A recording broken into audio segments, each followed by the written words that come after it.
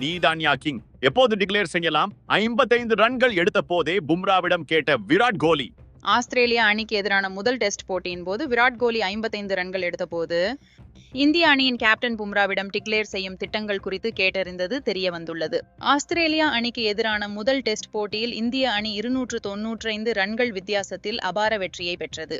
அதேபோல் ரோஹித் சர்மா, சுப்மன் கில், முகமது ஷமி, அஸ்வின், ஜடேஜா உள்ளிட்டோர் இல்லாமலேயே இந்திய அணி வென்றுள்ளது.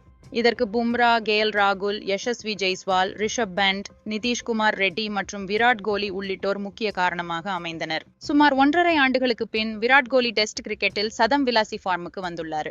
இரண்டாவது இன்னிங்ஸில் இந்திய அணி 500 ரன்கள் முன்னிலையை நெருங்கிய போதும் விராட் கோலி சதம் அடிப்பதற்காக கேப்டன் பும்ரா காத்திருந்தார். இதனிடையே விராட் கோலி அரை சதம் கடந்த பின்னரே இந்திய அணியின் ஓய்வறைக்கு மெசேஜ் ஒன்றை அனுப்பியது தெரிய வந்துள்ளது.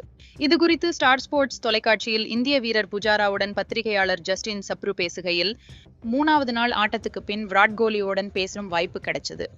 அப்போது விராட் கோலி பேசும்போது அரை சதம் கடந்த பின்னரே ஓய்வறைக்கு டிக்ளேர் செய்வது தொடர்பான திட்டங்கள் குறித்து மெசேஜ் அனுப்பினேன். 55 ரன்கள் எடுத்திருந்த போது ஓய்வறையில் எடுக்கப்பட்டுள்ள முடிவுகள் என்ன என்று கேள்வி எழுப்பினேன்.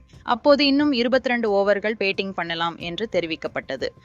அதன்பின் என்னுடைய ஷாட்ஸிற்கு போகலாம் என்று புரிந்து கொண்டேன்.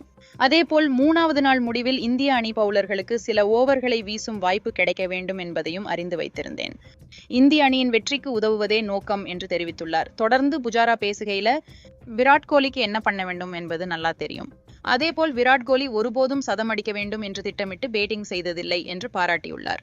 இந்த சதம் மூலமாக விராட் கோலி ஆஸ்திரேலியா மண்ணில்தான் யார் என்பதை மீண்டும் நிரூபித்துள்ளார். பார்டர் கவாஸ்கர் டிராபியின் முதல் போட்டியிலேயே விராட் கோலி ஃபார்முக்கு வந்திருப்பதால இந்த டெஸ்ட் தொடரை இந்திய அணி வெல்லும் என்று எதிர்பார்க்கப்படுகிறது.